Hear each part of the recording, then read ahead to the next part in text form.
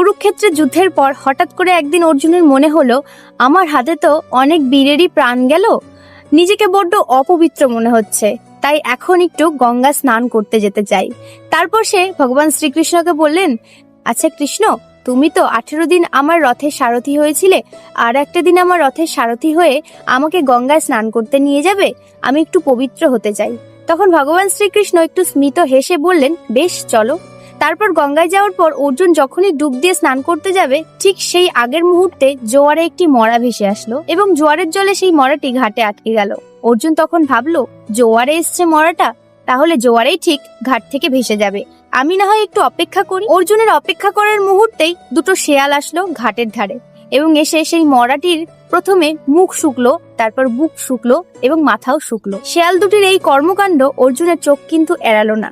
তারপর অর্জুন শেয়াল দুটির কথোপকথন শুনতে লাগলো। প্রথম শেয়ালটির এইরকম কর্মকাণ্ড দেখে দ্বিতীয় শেয়ালটি তাকে প্রশ্ন করলো, আচ্ছা তুই এই মরাটির বুক, মুখ এবং মাথা কেন শুকলি? তখন দ্বিতীয় শেয়ালটি উত্তর দিল, এই মরাটি কখনোই ভক্ষণ করা যাবে না, কারণ এই মরাটি বুকের গন্ধ শুকে আমি এটাই বুঝলাম এই ব্যক্তিটি জীবিত অবস্থায় কখনো কোনো বৈষ্ণবকে আলিঙ্গন করেনি, আর তার মুখ শুকে আমি এটাই বুঝলাম সে সেই মুখ দিয়ে কখনো কৃষ্ণ নাম করেনি, কখনো হরিনাম করেনি, আর তার মাথা শুকে এটাই বুঝলাম যে সে কখনো কোনো বৈষ্ণব, কোনো গুরুদেবের, কোনো ভগবানের শ্রীচরণে মস্তক অবনত করে। অর্জুন প্রথমে ওই দুই শেয়ালের কথোপকথন শুনে একটু উপহাস করলেও পরে তার জ্ঞানচক্ষু খুলে গেল।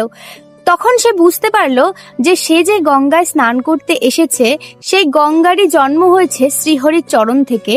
তাহলে সেই শ্রীহরির চরণ বাদ দিয়ে সে গঙ্গায় এসেছে, সে বড় ভুল করে ফেলেছে। সে তৎক্ষণাৎ বুঝতে পেরে ভগবান শ্রীকৃষ্ণের চরণে গিয়ে লুটিয়ে পড়ল। ঠিক তেমন ভাবে আমরাও ভগবান শ্রীকৃষ্ণকে বাদ দিয়ে অনাদির আদি গোবিন্দকে না চিনতে পেরে আমরা বৃথা বিষয় বাসনার মধ্যে ডুবে থাকি। যেখানে গেলে আমাদের বিষয় বাসনা পূরণ হবে, সেই সব দেবতাদের আমরা সন্তুষ্ট করে বেড়াই, কিন্তু আমরা কখনো এটা ভেবে দেখি না যে যার থেকে সমস্ত কিছু এসেছে তাকেই আমরা ভুলে যাই, তাকেই আমরা স্মরণ করি না।